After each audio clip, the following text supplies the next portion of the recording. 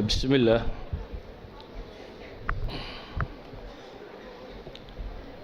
الحمد لله.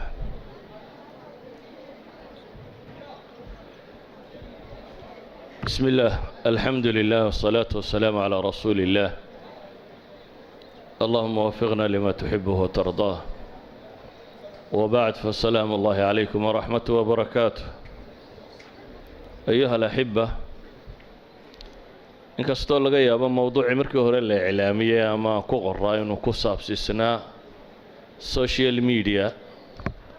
ama wasaa'il التواصل الاجتماعي ama wasaa'il التفاصل الاجتماعي haddaad doontaba dhaho, waxaan ka doorbiday inaan cibaadaadka ka warramo. dii laga maarmi waayo wakhti kale inuu ka warramay. darsigani wuxuu ku saabsiisan yahay markaa المنافع أو المقاصد الدنيوية للعبادات. مقاصد أما منافع أما الراتك أي عباداتك كليين قفك مسلم كأنه لشي سادو سيبا وحان كورمينا وحويا المباني الأربعة: الصلاة والزكاة والصوم وحج البيت. cibaadaadka macruufka ah waayo waa kuwa dadku ay u haystaan inay cibaada maxda tahay oo aakhiro uun looga dan leeyay. xaqiiqo waxaa horta alaslu fi lcibaadaat inuu tacabud yahay. alaslu fi lcibaadaat waa tacabud duuna aliltifaat ila almacaani اlukhraa. in ilaahay subxaanaه wa tacaala loogu dhowaado, loogu mahadnoqo, maqfiradiisa iyo dembi dhaafkiisa lagu dalbo, janno lagaga raadceeyo, weynida alle subxaanaه wa tacaala iyo xuskiisu uu qofka muslimkaa qalbigiisa joogto ku ahaado. wa dafcun lilghafla waatagaaful, iyo baraarugla-aanta iyo mooganida iyo dhoohanida inuu qofku ka tago. kaasaa asala. laakiin waxaan leenahay wamaca daalik raad adduunye bay cibaadadu leedahay siday raad aakhiro u leedahay. aakhiro waxaynu ognahay dee waxa qurhe wax taraa waa cibaadada. waxa kale adduunka yaa loo dhamme waxba ma taraan. maadaama ay cibaadaadku yihiin waxa qurhe aakhiro wax tara, adduunka miyaanay wax tarin? manaafic iyo xikam iyo asraar dunawiya ma jiraan? waxaan leenahay haa, oo weliba waa badan yihin. laakiin muqhtatafaat ama tilmaamo kooban baan tilmaami doonaa, waayo kama gaadhayno wakhtigoo kooban daraaddeed. iyo qur'aanka ilaahay kitaabkiisu inta badan cibaadaadka asraarta iyo xikamku ka warramaaye axkaamta iyo fiqiga kama warramo inta badan. qur-aanka haddaad akhrido salaada xikam iyo asraar tiro badan oo ay leedahay ilaahay kaga warramaya, laakiin fiqigeeda iyo axkaamteeda inta badan kama warramo. walidaalika baa culammadu waxay yidhaahdaan inta badan qur-aanku wuxuu ka warramaa macaanida iyo maqaasidda cibaadaadka looga dan leeyahay, laakiin tafsiilaadkeeda iyo fiqigeeda iyo axkaamteeda inta badan axaadiistaa tafsiilisa oo nebiga calayhi salaatu wasalaam waxyaabuhu tabyiiniyinayay bay ku jirtaa. haddaba innagoo duuduub ahaan le cibaadoo dhammi waa dikri alle. aqimi الsalaata lidikri walitukabiru اllaha calaa maa hadaakum, iyo aayaadka la mid ah cibaadaadkaa ilaahay uu ku tilmaamay. waxaynu leenahay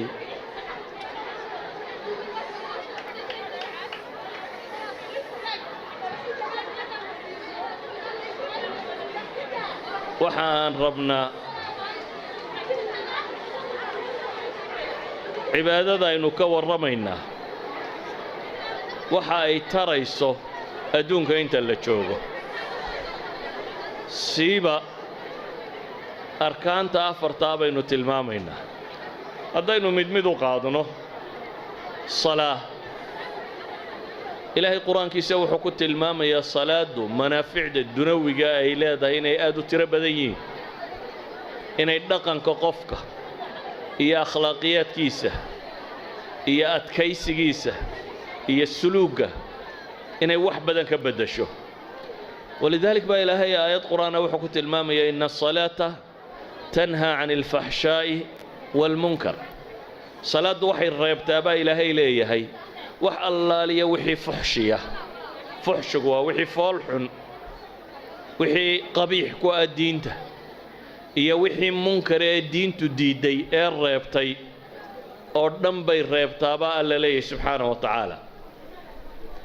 bal ilaahay waxa uu qur-aanka ku tilmaamayaa dhaqamo bini aadamku uu leeyahay waxa koowaad ee jara inuu salaad yahay. maalan ilahay wuxuu leeyahay bini aadamka waxa la abuuro dhaqankiisa ka mid ah khuliqa alinsaanu haluuca idaa masahu sharu jazuuca wa idaa masahu alkhayru manuuca. dhaqanka aadanaha waxaa ka mid ah in la abuuray isagoo haluuca. haluuca labada aayadooda dambaa fasiraya bay culammadu yidhaahdaan. isagoo mid aan u adkaysanin dhibaatooyinka ee calaacal badana marka mashaakil qabsado, marka nicma heshana anaaniyo isagu isku koobo aan dhaafin. waa laba sifo labaduba fool xun yihiin. mid waxaa la yidhi marka ay dhibtu timaaddo ama mashaakilku uu yimaado waa jazuuc, waa qof halaan hal badan, waa qof calaacal badan, waa qof sheegasho badan, waa qof aan adkaysi lahayn. markay nimcadu timaadana baa la yidhi waa manuuc,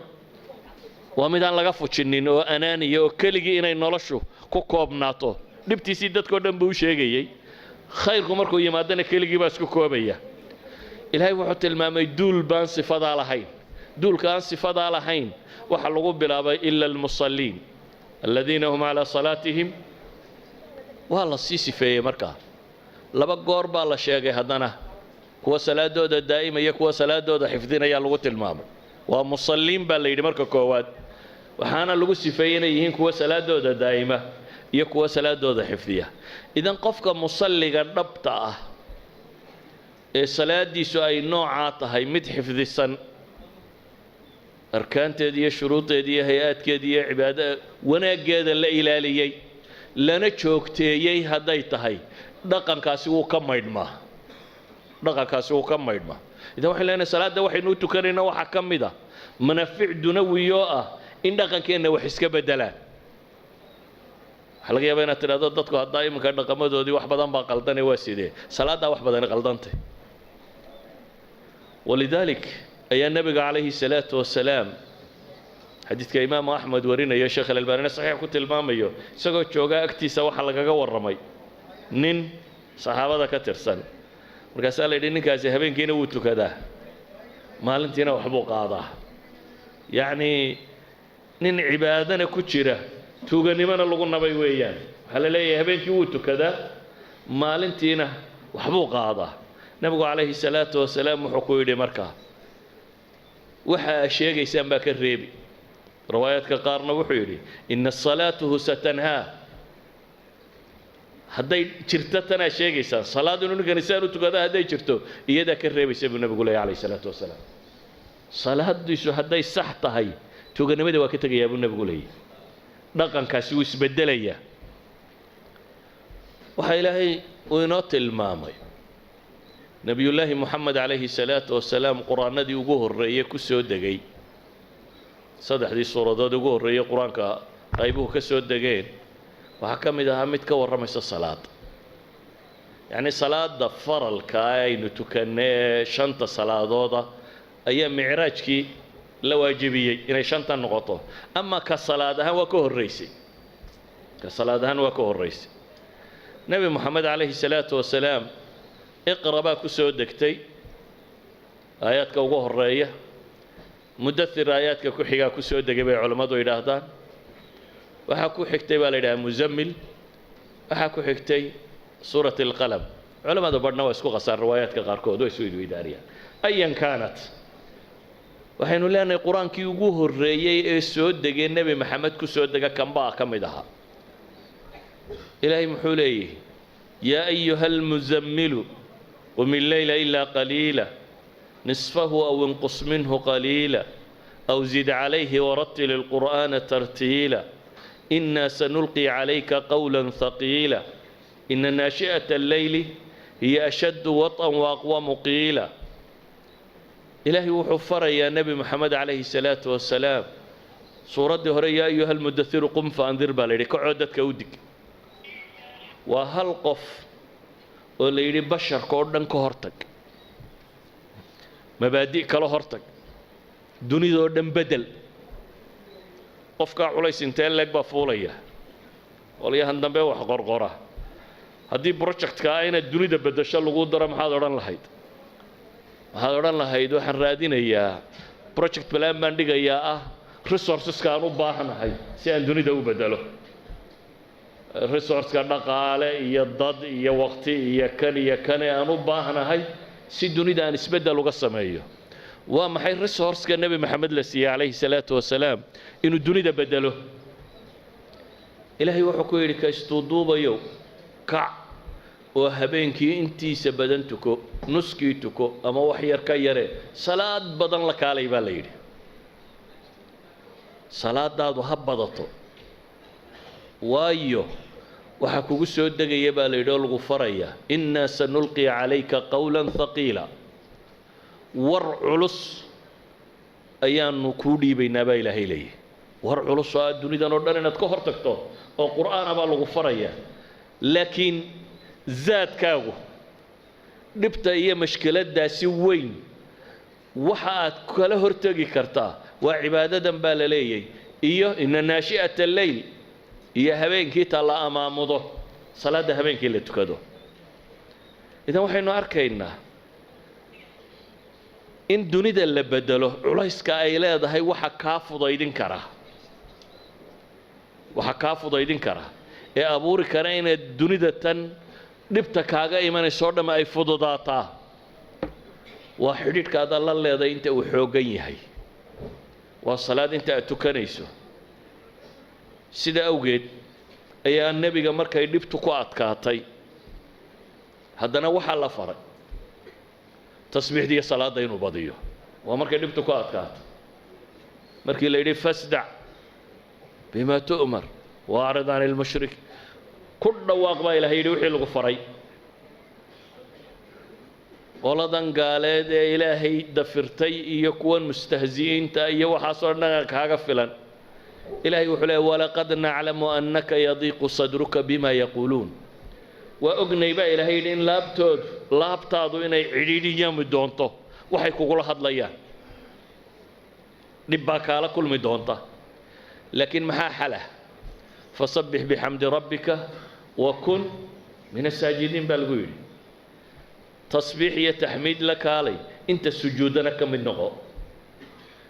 idan mashaakilka adduuniya culayskeeda haddaad rabto inaad ilowdo haddaad rabto inay kaa dulqaadanto albaabka rabbi garaac baa la leeyahy wax kale oo dhan ha qabane dikrigiisa badi salaadiisa badi cibaadadaa badi si awgeed baa ilaahay qur-aanka wuxuu ina leeyahy ma nebigoo qura ah maya waa dhammaan yaa ayuha aladiina aamanuu istaciinuu biالصabri والصلاة إن الله مع الصابرين يا أيها الذين آمنوا استعينوا بالصبر والصلاة واستعينوا بالصبر والصلاة وإنها لكبيرة إلا على الخاشعين لبدا يضاد سورة البقرة كجرا إلهي وحلي كوة إيمانك لغا هلايو dhibtu markay idinku timaado waxaad kaalmaysataan sabir iyo salaad baa la tilmaamaya idan waa manfac dunawiya waa min maqaasida aynu salaada u tukanaynaa waxaa ka mida baynu leenahay markaasi inaynu nolosha adduuniyo ay inoo fudaydiso in culaysku inaga dego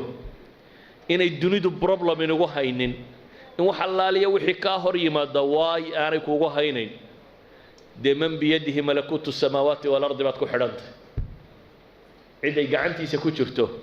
adduunkan cir iyo dhulba allaha maamula ee kun fayakuun wixiisu yahay ayaad hor taagan tahay waa ciddi qura ee wuxuu amraa ay socdaan wuxuu reebaana aanay imanaynin sida awgeed ayuu nabiyullaahi moxamed calayhi salaatu wasalaam xudayfa xadiidkiisii xasanka ahaa waa kale idaa xasabahu amrun فزع إلى الصلاة. نبي عليه الصلاة والسلام هدي وحبابا ورورقليان وفرصة سيدو النبي وفهمي وحي الله فري إنك هدي وحينا ورورقليان معينو دانا بل طلق أوتك بل أو هبل أوتك بل تاجر هبل أوتك marka waxa dhib ku qabsata ama mashkalad ku qabsato waxa koowaad aad uga ka fakartaa makhluuqaadka u badan cidiyaad leedahay in kugu ag xeeranaad leedahay waxbay qaban kartaa manhi ma aha inaad bini aadamka kaalmo weydiisato laakiin waxa ka muhiimsan inaad marka hore albaabka ilaahay garaacdid waxa ka muhiimsan nolosha wax kasto kugu cuslaada inaad xagga rabbi ula kacdid ولذلك بقى النبي عليه الصلاة والسلام قضية دا انتو فهمي وهو كل رغمي أيوه الصحابي قاسي كورين يا ولاي إذا حزبه أمر هدي وحبابه ورور قليان فزع إلى الصلاة حق الصلاة دا أيوه عرر يشري إلا حديث كاتغاني أرحنا بها يا بلال أما وكنت المامة قرة عينه نيتي وحيشي سكدوك ستو إذا وحن لا نهي صلاة أجر وكل رادين نوادب دنبيجا مايدا أجر بالوجه هلا جنة لوجو قلا قيامها مركل التجوا وحوجه الرجال اسكو حسابه هدي وين أكسناتو جنة ذات هركجة وحصورنا وينو هينا وجنة إيو آخرة كسابسن لكن وحن كور رمينا وامحي ومنافع دنوية وحن كور رمينا وحويان عبادة ما آخرين ولسوا جنا مساء دون كيف فائدة لهذي وحويان دون كيف فائدة لهذي أدون كي دقن كاجا بدليسة علماء التربية علماء السلوك وحي كنت تخصصين رمي وإن لبدل دقن كغفك بني آدم كا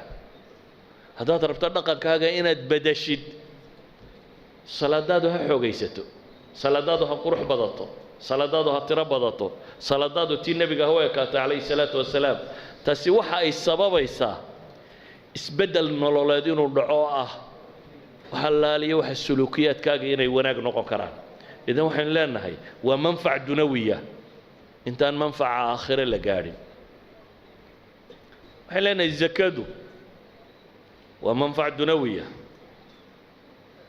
الأصل الشريعة يتلمام سواء محي كي لا يكون دولة بين الأغنياء مركو هربا هنتيدا وحن لوغو تلقى لي إن أنا إداد يرجع أنت تكو أرورين إنت كلنا كبختنين داد يرجع أنت ودين أنا كو أرورين marka shariicada islaamiga markaad eegto hantidu markay ururtaba dib baa loo burburiyaa oo dadka loo dhexgeliyaa مثلا dhaxalku waa maxay wadanadan gaaleed nin baa xoolo badan helaya carruurtiisa mid quro ka mid uu dardaarmaya marka lacagtii way sii buurnaanaysaa oo dadkiina waa lacag beelaya hantidii bini'aadamka oo dhammi laba saddex nin bay ku ururaysaa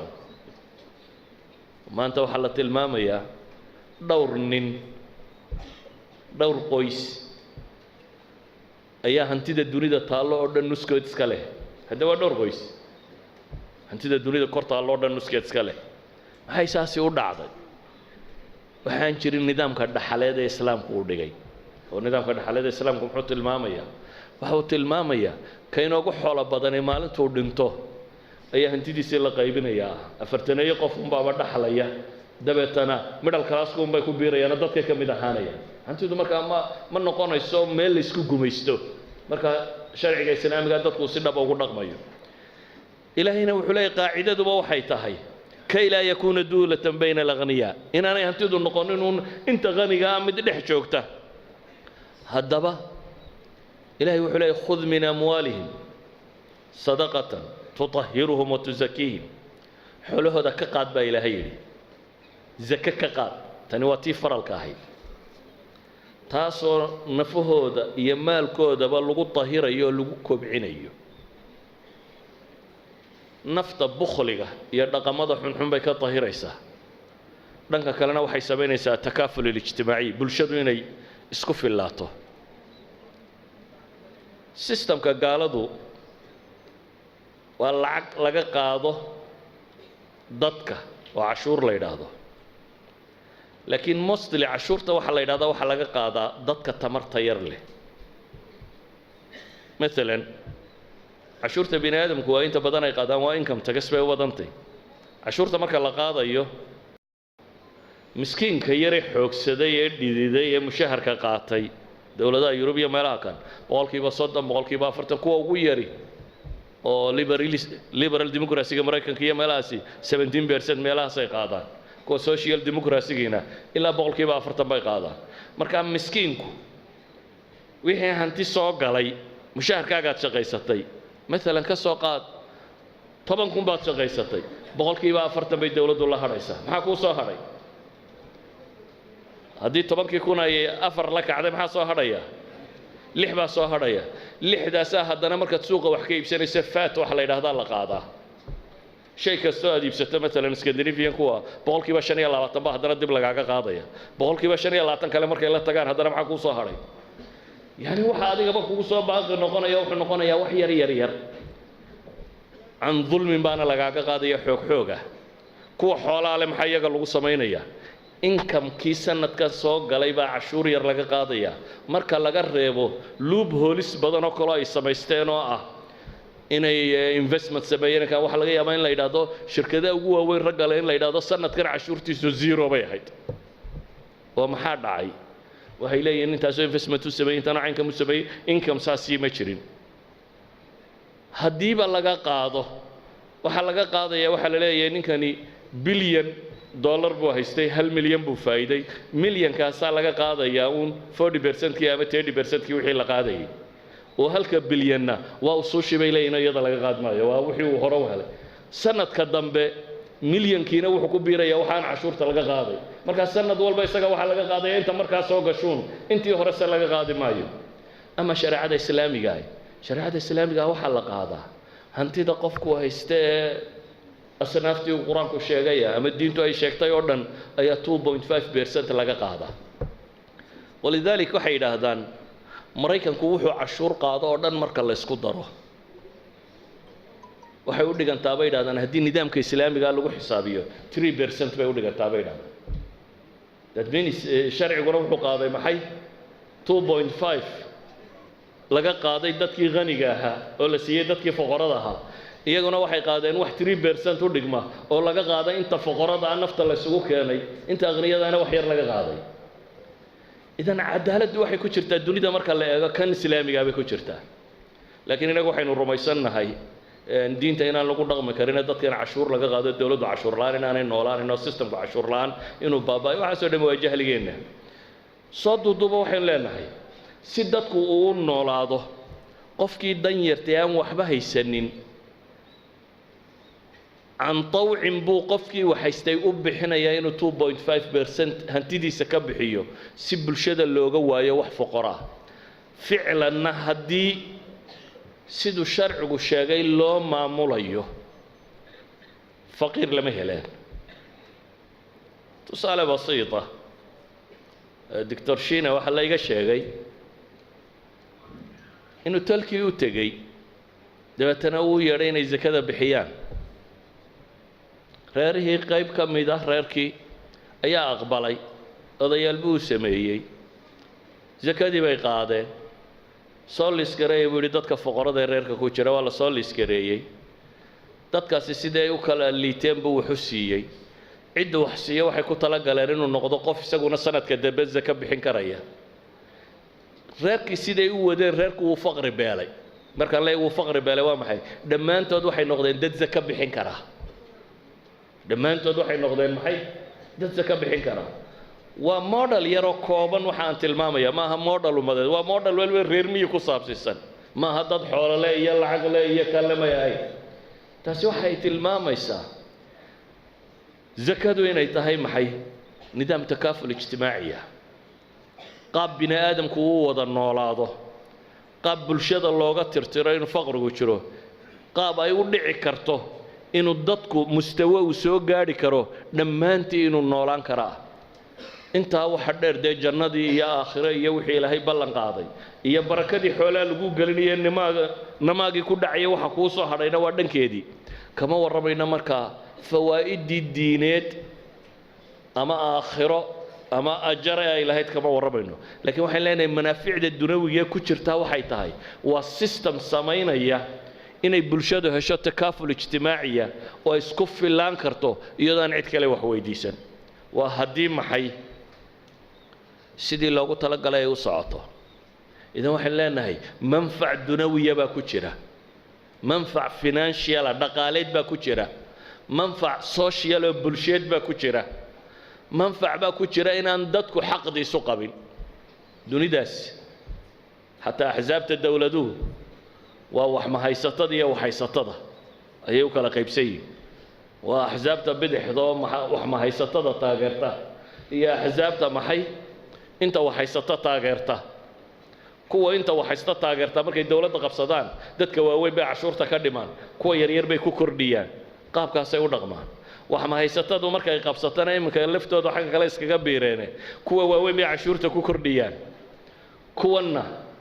benefitska la siiyo waxyaabaha la siiyo bay tiro badiyaan waxaan lagu leeyahay galbeedka axsaabta bidixda iyo axsaabta midigta qabsada waa labadan sistemuun waa labadan qaab dhaqaaleed ee kolna qoladan naaxsan la sii naaxinayo kolna qoladan la yaro rifayo kuwa kale waa qolo colaadi ka dhaxayso ama fi shariica dadku walaaluu ahaan karaa waxbuu isa siin karaa isagoo weli walaala waan loolan ka dhaxaynin loolankoodu yahay loolan ajarka ku saabsan saxaabadii ashtakootay kama ashtakoonin nimankii lacagta lahaa lacag bay haystaan ee waxay ka ashtakoodeen ajarkii bay la tageen dabeetana waxa la yidhi idinka miyada saan u tukanay u tukada xoolana way haystaan bixiyaan bay anagu ma hayno waxaanu bixino marka ajar bay doonayaan iyo waxay bixiyaan inay wax haystaan kuwa kani kama xuma idan cuqadkoo dhan baa baaba'aya haddaynu hore uga sii gudubno ay waqtigaa kooban manaaficda dunawiga ee soonku sidii cibaadaadka kale akhlaaqiyaadka aad buu wax uga bedelaa oo nabigu calayhi salaatu wasalaam markii ku tilmaamayay ninka aan dee hadalka beenta iyo xumaa iyo dhaqan xumada ka tegaynin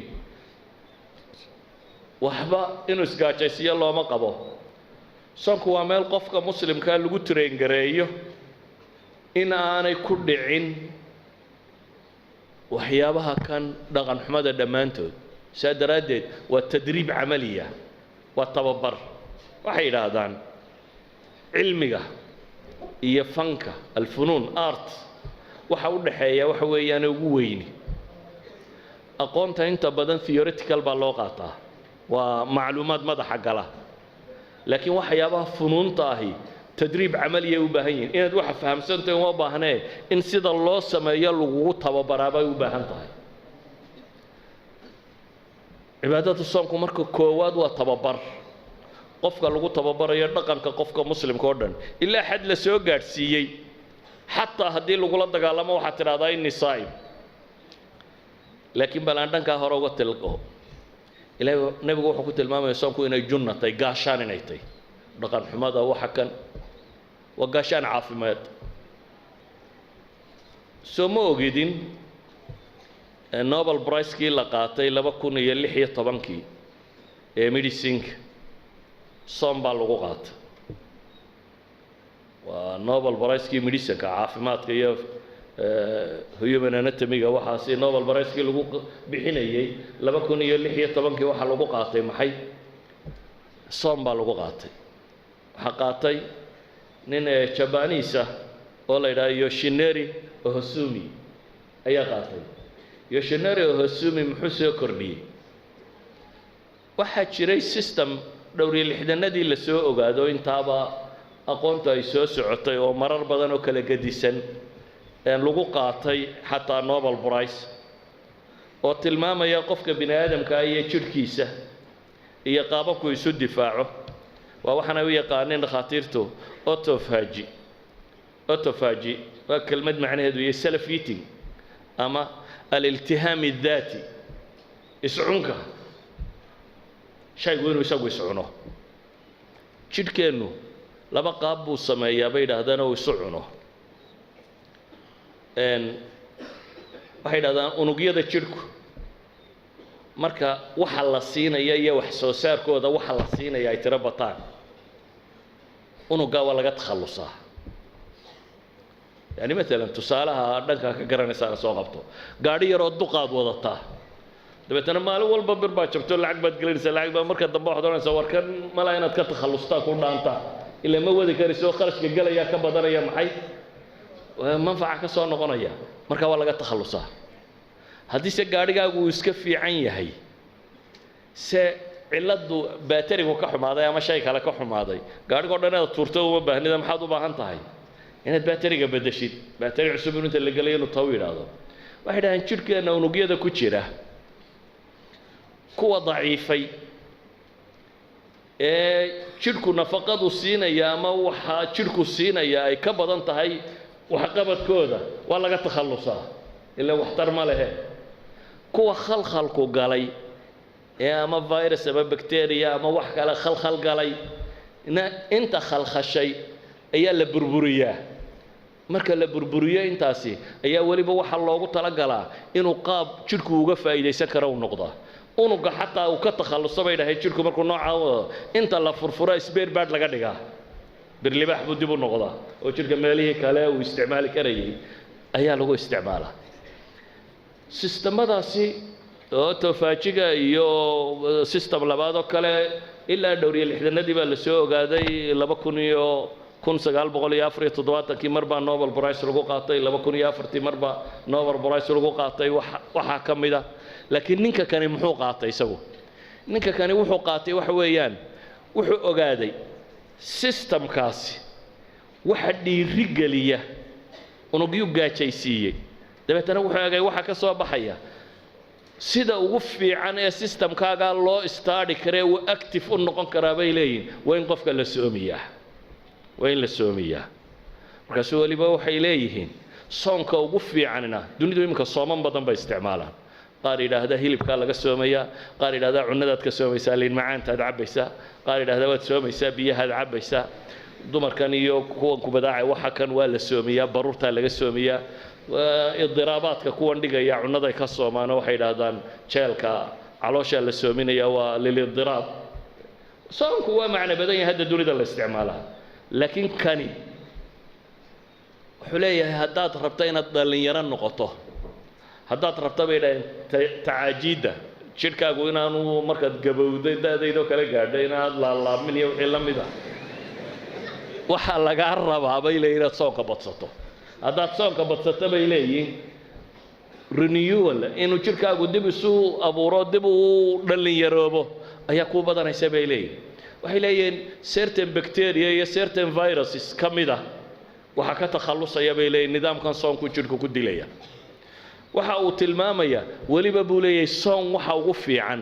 ta loo qaybiyo bay yiraahdeen 16 to 8 sideed saacadood oo wax cuna iyo 16 soona bay yiraahdeen approximately waa inta muslimku Soomaaliya u badantay habeenkii fiidka ilaa iyo maxaa la yiraahdaa salaad subax horteeda wax 8 saacadood ku dhow baa wax la cunaa inta kalena ولا صومنا هذا مركز ولي بوحوا ليهين هدي بلا صومه وفيري جود بيلاوي في عنتي هدي كلا يشوري وحو كتالينا إياه يشوري سيستم كيسوحو تلمام يا بيد هذا إن ويجي لبا مع الموض للصومه شريعة إنك محن النبي عليه الصلاة والسلام أسبوعي هلا صومه محي السنين يوم خبيث هلا صومه إذا waxay imika inoo sheegayaan oo Nobel Prize ku bixiyeen ma aha arin wadaad sheegay iyo wadaadadu waxay sheegay أحد العلماء قرأ كتاب يرى الله يراده معجزة الصوم أيه وحيد وحنا سيدي كتاب كي إديشن دم صار طبعة جديدة صار مركب وحنا سيدي بيقول بالبار هذا وحي لقري صدح سنة جدهد محيد مسجال بقول أو ريسيرش أو عصب أيه لقري بيقول يا صوم كصاب صارون وجاعات يدرون قري وصوم كورمية إذا waxay leeyihiin maanta haddaad caafimaad rabto xadiidkii nabiga muxuu ahaa bini aadamku ma buuxiyo maxay meel ka shar badan calooshiisa haddaad caafimaad rabto bay leeyihiin soonka weeyaan waxaan leenahay marka soomku dee qoladii saynisku innaga waxayna leeyihiin si aad u dhalin yaraato u caafimaadid oo bakteeriyaadka qaar iyo virusaska qaar u dili kartid oo jidhkaagu uu dhalin yaroobo dib uu isu dhisi karo sbeer baadhkaagu uu fiicnaado jidhka wixii kharash kugu hayay inta la dilo in adiga sbeer baadh lagaaga dhigo say waxaasoo dhammi kugu dhacaan bay leeyihin waa inaad soontaabo idan soonta waxay leedahay bay leeyihin manfac dunawi oo caafimaad ahaan marka la eego waxay leedahay manfac suluukiya oo dhaqanka iyo isbeddelka ay ku samaysaa waxay leedahay manaafic tiro badan oo dunawiya baynu leenahay haddaynu ka u dambeeya wax ka tilmaamno xajka ilaahay wuxuu leeyahay waadim dadka ugu dhawaaq baa la yidhi nebi ibraahim bilxaj way ku imanayaan iyagoo saaran maxay iyagoo luga iyo calaa kulli daamirin mid boglaalan iyagoo saaran maxaa loogu yeedhayaa baa la yidhi liyashhaduu manaafica lahum liyashhaduu inay soo xaadiraan manaafic baa la yidhi lama sheegin bay culammadu yidhahdaan manaaficdaasi mid dunawiya iyo mid ukhrawiya iyo mid walba way noqonaysaa xajku kow sidii soonka oo kale dhaqanka iyo akhlaaqda waa lagu hagaajiyaa oo ilaahay wuxuu tilmaamayaa qur-aanka haddaad xajka gashaan falaa rafatha walaa fusuuqa walaa jidaala fi lxaj afxumo dhammaanteed iyo faasiqnimo dhammaanteed iyo muran dhammaantii ma jiro idan waxay yidhaahdaan xajku waa meel kulamada dunida ka dhacee ugu waaweyna waa kulan ay isugu yimaadaan caalamulislaami oo dhami ama dadka muslimiinta ee dunida degan oo dhami waa meel aan odhan karno malaa af dunida lagaga hadlo aan markaa lagu hadali ma jiro raysiska ama mujtamacaadka dunidao dhan baa isugu yimaada ee muslimka ah haddii si fiican loo maamulo markaa kow waa meelay dadka muslimiintii qadaayaadkooda siyaasiga ku gorfayn karaan oo madaxdooda iyo dadkooda isugu yimaadaan waa meel dadkooda aqoon-yahanka iyo aqoonta isku weydaarsan karaan taariikhdii hore muslimiinta culammadii muslimiinta ee dunida ku kala laalayd waxay u qasdiyi jireen marka uu rabo fanni ama wax culamo waaweyn oo mutakhasisiin ku ah in lagala kulmo xajkay usoo qasdiyi jireen muddada xajka la jooga bay ninka sheekhee markaa fanniga lagu tuhmayo ama cilmigaasi laga rabo ayaa laga dareersan jiray oo laga marsan jiray idan waa meel aqoon diineed hama noqoto ama aqoon kale ha noqotay waa shir caalami iyo muslim oo dhami joogo oo aqoon-yahankooda uu isugu iman karo waa meel shir caalami uu ka dhici karo dhaqaalaha ummadda muslimka ay isku weydaarsan karaan ummadda muslimka ahi xidhiidh dhaqaale ma leh dhammaantood gaal bay leeyihiin xidhiidh dhaqaale nin waliba ninkii gumaysan jiru ku daba xidhan yihin laakiin iyaga dhexdoodu waddanka kugu xiga muslimka waxa lagu sameeyo ma ogid laakiin londonta lagu sameeyaa taqaanaa waa jayrata lagu sameeyo waa meel ay waa macrad ay ku soo bandhigi karaan ummadda muslimiinta oo dhami waxay soo saaraan waayo waxay ka mid tahay cibaadaadka la ogoliyo tijaarada marka waa meel lagu soo bandhigi karo dhaqaalaha dadka muslimiinta oo dhami ay isku weydaarsan karaan waa meel dadka muslimkaa lagu baro haqaafatu salaamka nabadgelyada haqaafada loo yaqaano waliba soomaalidu malaa aad bay ugu baahantahay waayo waa meesha la yidhi markaad tagto dee dadka daaye dhirta ma goyn kartid baa lagu yidhi oo shimbiraha ma duulin kartid oo waxba wax waliba waa inay kaa nabad galaan wax waloo meeshaa jooga innagu se markaynu tagno war inaga celiya bay yidhaahdaano group yaroo waliba inta israacaan bay dadka inta kale nafta isugu keenaan asalku laakiin wuxuu ahaa haqaafatu salaam meesha qofka muslimkii markuu tago inuu barto wax walba inuu nabadgeliyo waa meel ay dadka muslimiintii ku bartaan iihaarka iyo waxay diintu fartay oo dhan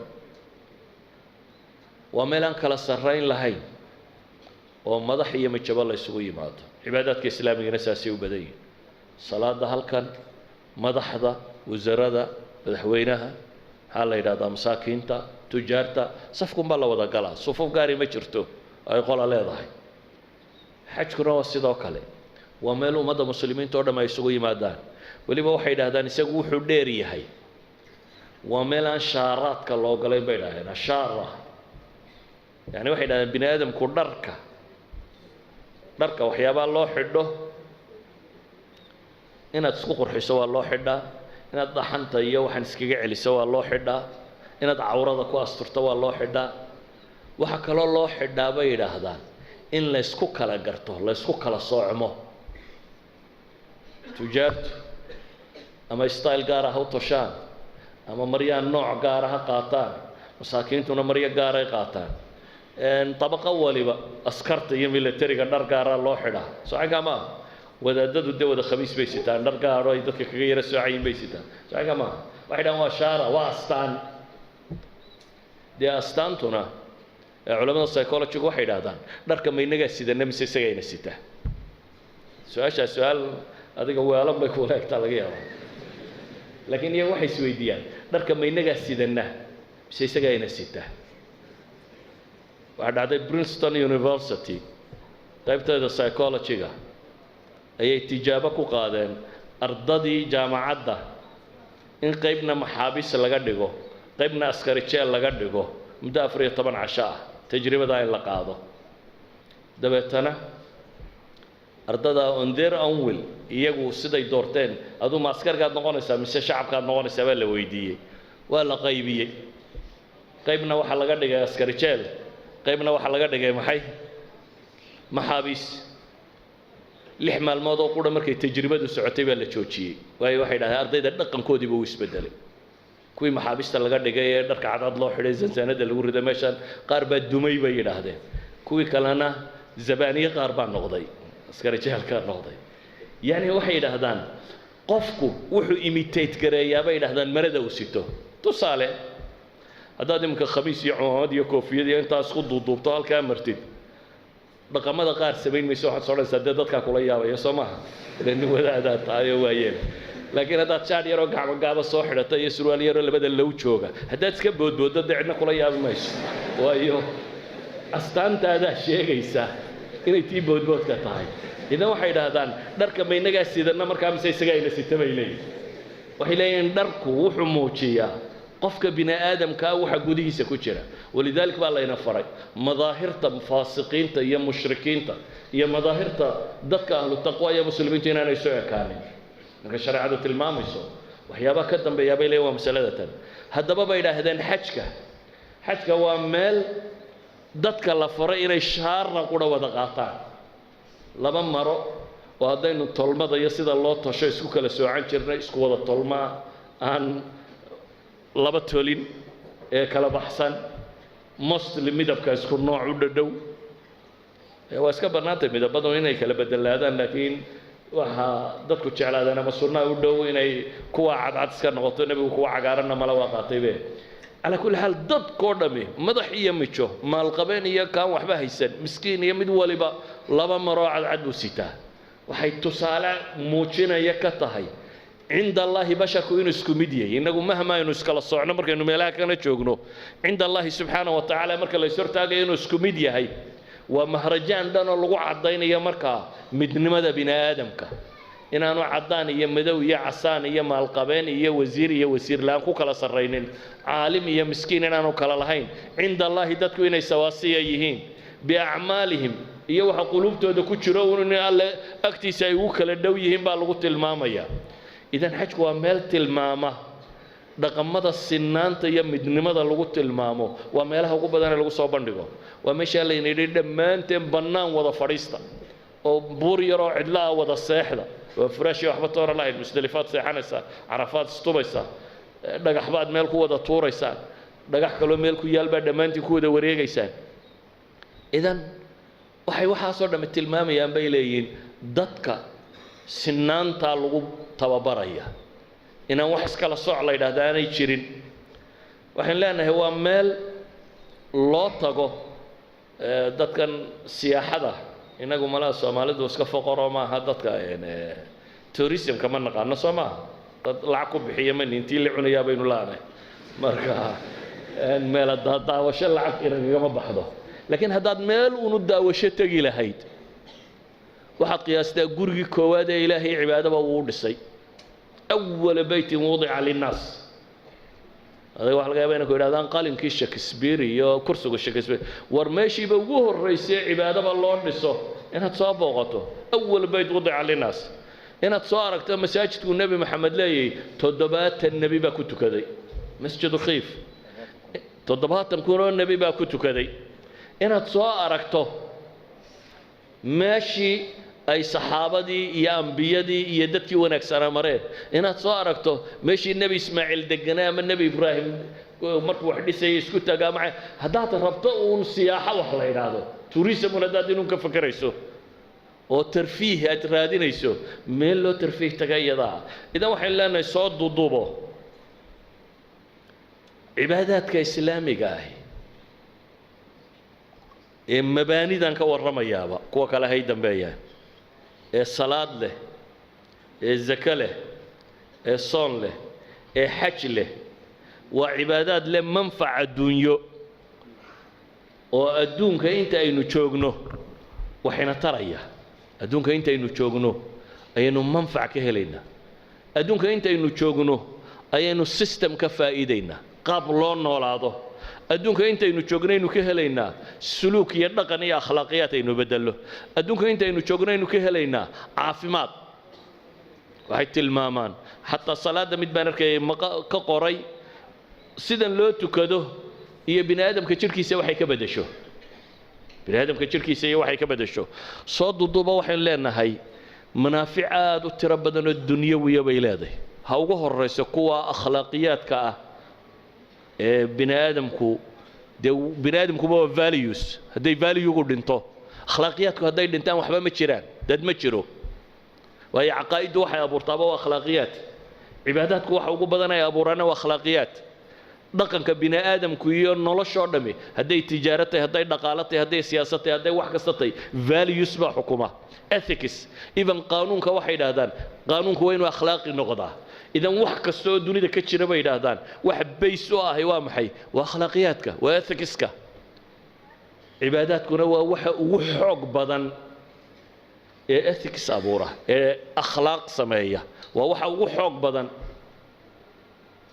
innagana xaggee markaa wax iska dhaafeen innagana waxaad moodaa mar kastaba in akhlaaqiyaadkii sii liidanayaan bulshooyinkeenna kan dambe cibaadadiina waa soo badanaysaa